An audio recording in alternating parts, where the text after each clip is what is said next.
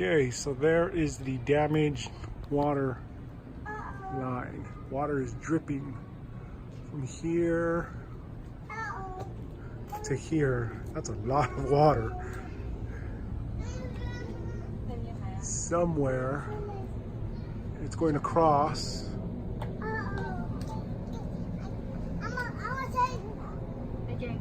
across the line, and there's a crack right there. That is a lot of water. There's a crack right there.